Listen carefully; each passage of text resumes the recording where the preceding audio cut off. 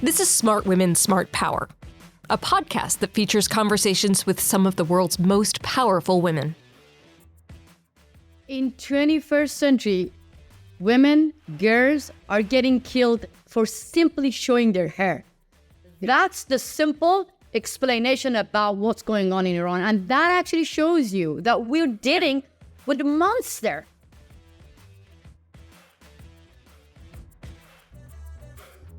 We feature thought leaders at all career levels, where we explore, among other things, the many contributions that women make to the fields of international business, national security, foreign policy, and international development. Does having women in positions of power influence the outcomes of decisions in these fields? Why or why not? Join me, Dr. Kathleen McInnis, Director of the Smart Women, Smart Power Initiative at the Center for Strategic and International Studies, for these incredible conversations. Last September, the tragic death of Mahsa Amini spread across global headlines, and the fight for women's rights in Iran was brought to light. The injustices in Iran continue to make headlines with the reported assault of a 16-year-old named Armita Garavand. We've had 1 year since the Mahsa Amini protests. So much is going on in Iran, and women are at the forefront of this political, sociological, tsunami. And so our guest today, Iranian journalist and activist, Masih Alinejad, I'm so grateful to be able to learn from you, giving your experience not only as an Iranian woman in exile, but your fight on the front lines for women's equality in Iran. So I'm hoping we can learn from you today, what's going on today? What's the prognosis of the Iranian regime in your view? And what do we in the international community need to do to help? I have to say that in 21st century, women, girls are getting killed for simply showing their hair. That's the simple explanation about what's going on in Iran. And that actually shows you that we're dealing with a monster, with a gender apartheid regime. Yes, Mahsa Amini got killed just because a little bit of her hair was visible. And right on the first anniversary of the brutal murder of Mahsa, now another girl is fighting for her life because she's in a coma. Why? Because she refused to cover her hair. So, and I have to say that the brutal murder of Mahsa Amini became a tipping point for the Islamic Republic. And for millions of Iranians, it became we had enough.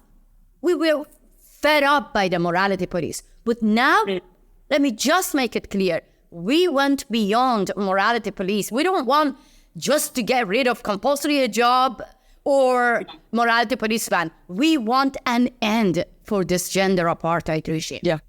And so how do you see the international community responding? That's a good question. You know why? Because from the beginning, it was beautiful. When I was watching all women across the globe, leaders, athletes, actresses, well-known feminists were cutting their hair. But at the same time, I was very honest and telling the rest of the world, hey, solidarity is beautiful, but it's not enough. We don't want you to cut your hair. We want you to cut your ties with our killers. And that is how international community can help. Otherwise, let's just be clear. Now, the Islamic Republic is going to kill another woman. Why? Because of the lack of strong action from international community. All those Western female politicians who cut their ties, they are the one now inviting Ibrahim Raisi, inviting the mayor of Tehran, inviting the members of Revolutionary Guards to European Parliament, to EU, here in America, the United Nations. So there is no reason for Islamic Republic to stop killing women. There is no reason for the barbaric regime in Iran to harass women, to torture women, to beaten up them in the streets when they don't see any punishment. Right. So that is no consequences. There's no long-term consequences. And they're just waiting. They've been waiting out the international community for us to just lose our attention and exactly. They're so short. Exactly. Hey, let me just ask you a simple question. Imagine it was not Mahsa in Iran being beaten up to death Imagine it was not Armita, 16-year-old beautiful girl being beaten up by morality police. It was a girl here in New York. It was a girl in Sweden, in England, in European countries, being beaten up, getting killed, facing rape in prison for the crime of showing the hair or for the crime of not wearing hijab. What would have been the reaction of the rest of the world? Imagine it was not women of Iran being kicked out from a stadium. It was women in America. What would have been the reaction of FIFA? They would have said like, oh, it's okay, this is their culture. No, we, the women of Iran, deserve the same actions and the same reactions from international community. Isolate the Islamic Republic and kick them out from everywhere until the day that they respect women. So one of the things that we're noticing is that a lot of these authoritarian regimes actively use gender and women's repression to consolidate the regimes, and both internally and as excuses for terrible behavior on the international stage, right? You see that with Putin's Russia and the invasion of Ukraine. We're starting to see that with Xi Jinping regime and Taiwan. So in your view, what does this gender repression and this doubling down tell us about the regime and also its weaknesses? Exactly. Dictators, all dictators, they're really scared of women, free women, powerful women, because they know that women have nothing to lose. We've been, especially women in autocracy and dictatorships, we've been fighting for every single right, like every single day. So they know that if they, if we gain the power to say no to dictators, then we're going to empower women across the globe. So that is why in the Middle East, women's body became a tool, became a platform for gender apartheid regime like Taliban, like Islamic Republic, to write their own ideology on our body. When you go to Iran, when you go to Afghanistan, the only way that you understand that these countries are being controlled by Islamic states is just through us. It's not through men, because we are forced to carry the main visible symbol of oppression. We are the one that if we don't cover our hair, we won't be able to go to school. We won't be able to get an education. So that is the way that dictators are controlling the whole society through women, through us. And they know that if we say, no, we're not going to buy your narrative, then we can empower men as well. That's why they're scared of women. Well, and when you disenfranchise, you half your population, you do not allow them to be a part of the economy in meaningful ways. Yeah.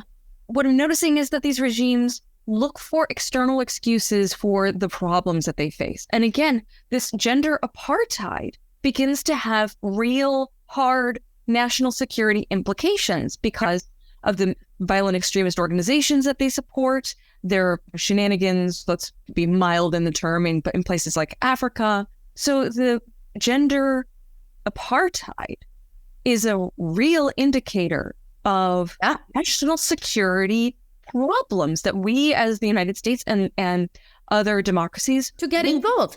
Right, to get involved. Like, as you said beautifully, gender apartheid is a global struggle. You can't just say that, let's Iranian women deal with it within the country. Right. Let's just women of Afghanistan deal with it within their own society. Let's Africa. Yeah. No, you cannot say that because look, dictators have their own networks. They have alliance of, the alliance of dictatorship are very clear. They're helping each other to spread misinformation, fake news, disinformation.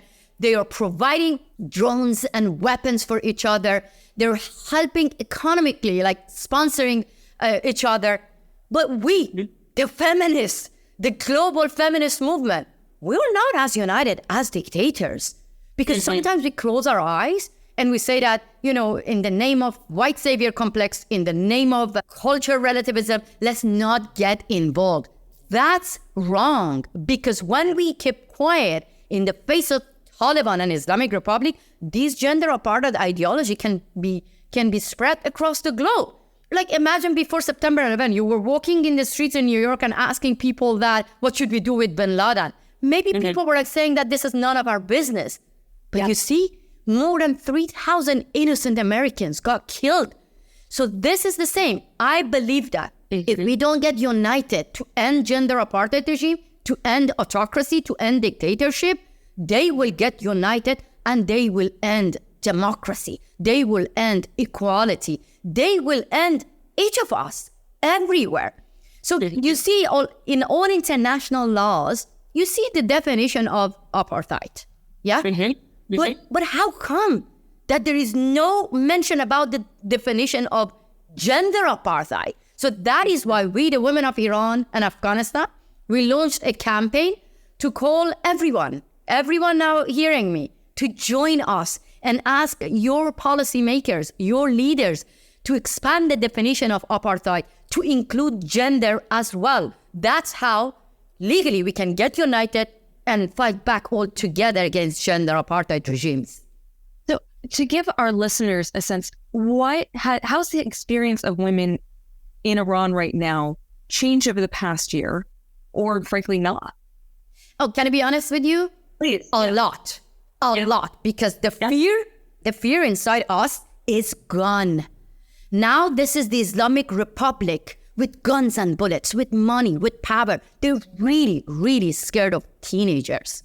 You know, you tell me, what is the reason that Khamenei, this master killer, saying to its gang of killers, to the Revolutionary Guards, to the morality police, not give up on compulsory hijab? Why?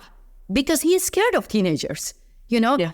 It is sad. It is beyond sad that in 21st century, women are facing brutal oppression just because of being girls and women. But at the same time, I'm telling you that the Iranian clerical regime, they are in a serious crisis. They know that this is just the beginning of the end for them. And that is the only thing that I can say, Chait. Otherwise, no, women still are not allowed to go to school without covering themselves. Women are still not allowed to get a passport or travel abroad without getting permission from their husband. Mothers of those people who got killed are not even allowed to express themselves. Right now that I'm talking to you, first, they've beaten up Armita, and now they arrested her mother. I mean, I get goosebumps. The parents of all those people who got killed are in prison for the crime of being parents and loving their beloved one. So these are the situation in Iran. But nothing gonna happen. This is my true answer. If the international community still legitimize this barbaric regime. So what specific, in addition to expanding this definition of apartheid to include gender, what else can we do? Banks, leaders, what should we be doing? First of all, I want to ask the international communities, not just the leaders. I want to ask the schoolgirls, teenagers. This is about you. A woman-led revolution is taking place in the history, and teenagers are in the front line. So I want the schoolgirls to join us and have a day of action. Stop going to school, showing your solidarity with the girls and teenagers in Iran. Imagine a day that all schools, colleges, showing their solidarity, sitting down and saying that we're not going to go to school for the girls in Iran and Afghanistan being kicked out from schools.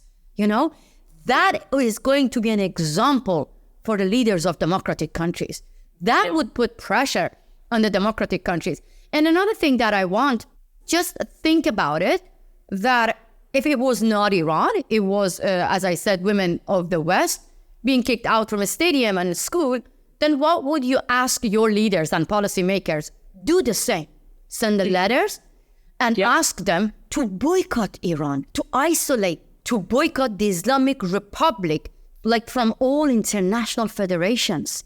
Because they're using sport washing to normalize the gender apartheid regime. You either believe this is a gender apartheid or not. If this is a gender apartheid, then how come you're giving them Olympic platform, you're giving them all the international sports federation, giving them a platform to normalize such a barbaric regime. And another thing is that I want the leaders of democratic countries to understand that if they address Putin as a warmonger and they, put Wagner Group in the terrorist list, then what is different between Wagner Group and the Revolutionary Guards? What is different between Putin and Khamenei? While Khamenei and Revolutionary Guards are sending drones to Putin to kill innocent Ukrainians. So clearly, here we are dealing with two evils, two warmongers, Putin and Khamenei. They are united. I want the leaders of G7, the democratic countries, to be united and isolate, ban, and kick out these two dictators from everywhere. That's my point. And I don't think this is too much to ask.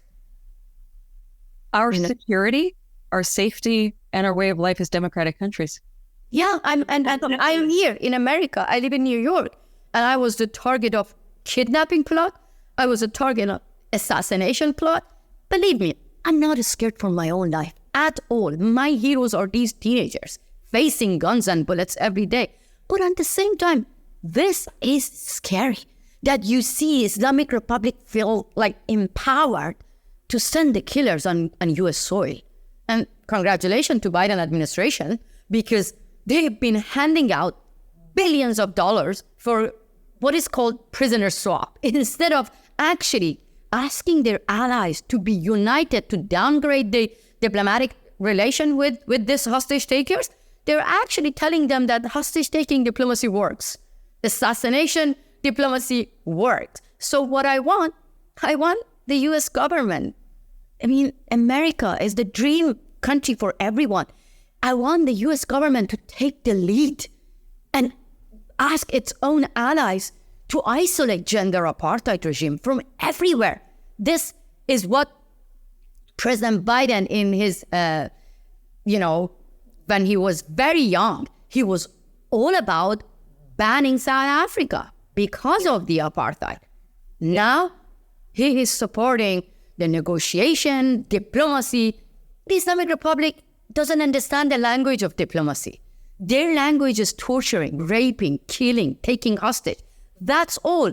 So you have to take concrete actions in the face of this barbaric regime instead of legitimizing them. Thank you so much for your time today. Of course. Thank you. Thank you so much, my sister. Our sisterhood will save not only Iran or Afghanistan, will save democracy across the globe. Thank you so much. Thank you. Subscribe to the Smart Women, Smart Power podcast on Apple Podcasts, Spotify, or wherever you listen to great content. Be sure to follow us on Twitter @SmartWomen, or you can follow me on Twitter @KJMcInnis1. Thanks for listening, and join us next time.